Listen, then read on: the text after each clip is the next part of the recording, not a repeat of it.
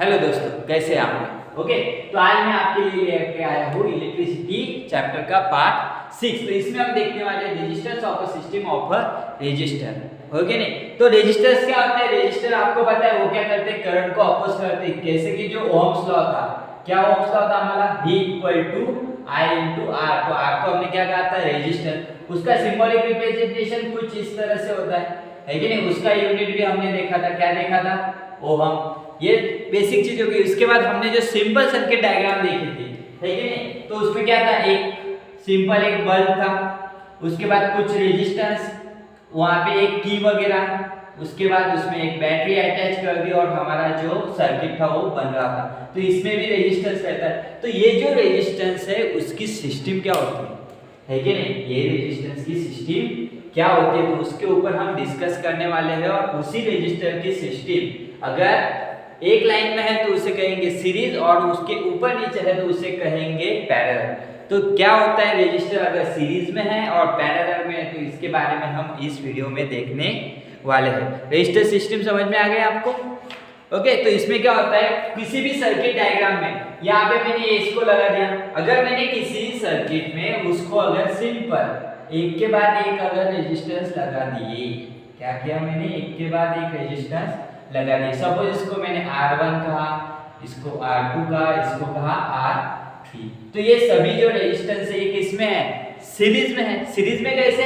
एक के बाद एक, इसका एक टर्मिनल यहाँ पे होता है तो दूसरे को क्या करता है? वो ज्वाइन करता है। सिमिलरली यहाँ पे इसे को कहते हैं हम रेजिस्टेंस इन सीरीज। इसी को क्या कहते हैं हम? Resistance in series.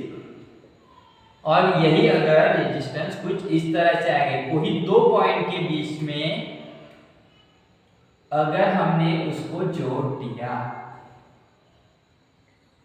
क्या किया? दो पॉइंट के बीच में हमने उसको जोड़ दिया, तो इसके डायग्राम में समझ में आ रहा है ये क्या लग रहा है आपको? पैरेलल एक दूसरे को, है कि नहीं?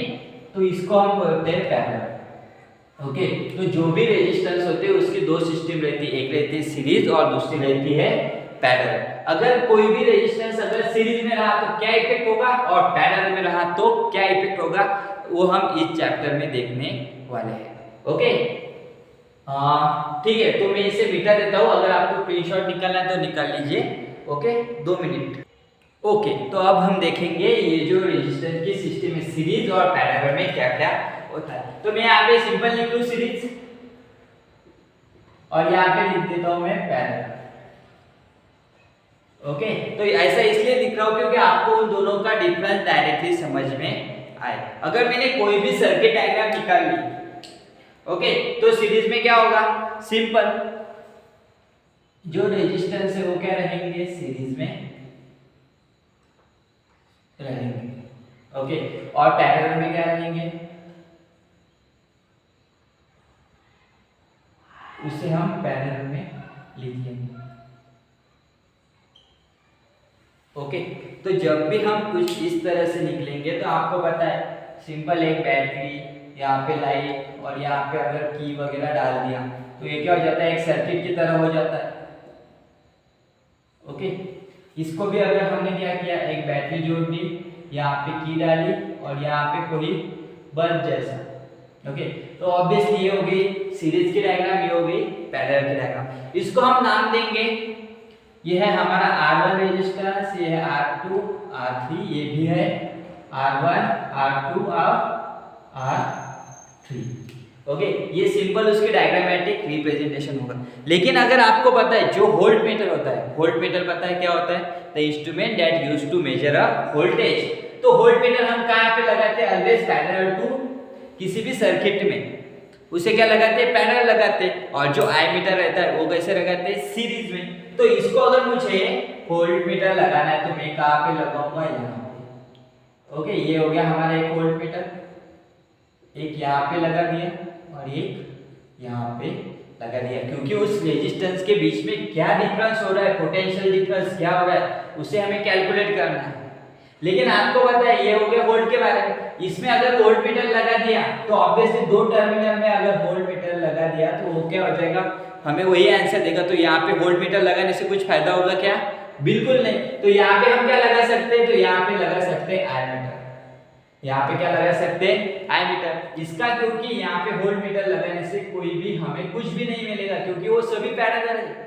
दो सब के बीच में वोल्ट मीटर में क्या होता है, डिफरेंस कैलकुलेट करते हैं किसके बीच में, कोई भी दो पॉइंट के बीच में। अगर वो डिफरेंस हमने कैलकुलेट, वो तो सेम ही आने वाला है कि नहीं। तो लेकिन जो भी सीरीज में लगाते हैं तो हर एक पॉइंट के बाद जो वोल्टेज होता है वो क्या रहता है, अलग अलग रहता है। लेकिन इन पैरेलल में क्या रहता है, उसी के जगह करंट क्या रहता है, सेम रहता है। जो करंट देखो, अगर करंट की डायरेक्शन देखिए, यहाँ से जाएगी, कुछ करंट यहाँ से फ्लो होगा, कुछ करंट तीनों रेजिस्टेंस से फ्लो के एमीटर से चला जाएगा। तो जब भी सीरीज की हम बात करेंगे तो इसमें क्या होगा, पोटेंशियल डिफरेंस अलग होगा, इसमें सेम रहेगा। इसके वजह से जो पोटेंशियल डिफरेंस बनेगा, ओके, उसे हम बोलेंगे उसका जो फाइनल पोटेंशियल है, ओके। तो क्या हो जाएगा, इन सब की addition V1 plus V2 plus V3, इसको 1, इसको 2, इसको 3 का। तो जो भी हमारा पोटेंशियल डिफरेंस होगा वो क्या होगा, फाइनल पोटेंशियल डिफरेंस इन सब की एडिशन। लेकिन यहाँ पे पोटेंशियल डिफरेंस तो सेम है, तो यहाँ पे क्या हो जाएगा, करंट। तो इसमें करंट क्या हो जाएगा, जो करंट R1 से फ्लो हुआ, R2 से फ्लो हुआ और R3 से फ्लो हुआ, ओके। तो इसमें क्या हो जाएगा, simple I1 plus I2 plus I3। समझ में आ गया। इसमें करंट क्यों लिया, क्योंकि वोल्टेज तो सेम ही रहने वाला है, करंट चेंज होने वाला है, लेकिन इसमें पोटेंशियल डिफरेंस चेंज होगा। और जो करंट की डायरेक्शन है वो ऑब्वियसली इससे जाएगा, इससे जो करंट बचेगा वो आगे बढ़ते हुए चला जाएगा। तो इसमें करंट क्या रहेगा, सेम, उसको कोई लेने की जरूरत नहीं। अभी हमें पता है दुनिया का सबसे अजूबा जो ओहम जी ने बताया था, क्या था वो formula, V equal to IR। क्या था, V इक्वल टू IR। इसी अजूबे को अगर हमने इसमें डाल दिया, V की जगह में डाल सकता हूँ क्या, ऑब्वियसली डाल सकता हूँ। तो इसमें क्या हो जाएगा, करंट तो इसमें क्या है, सेम है,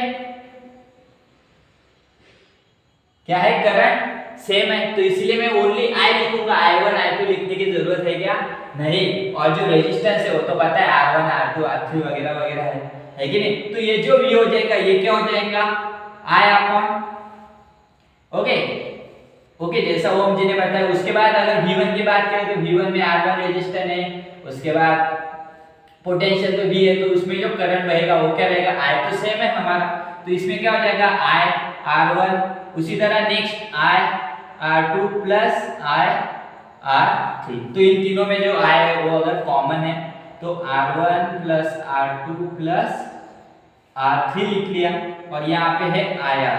तो ऑब्वियसली ये जो I है ये तो कट गए बेचारे, बचा क्या, जो हमारा जो रेजिस्टेंस है वो क्या हो गया, वो हो गया इन सब की एडिशन।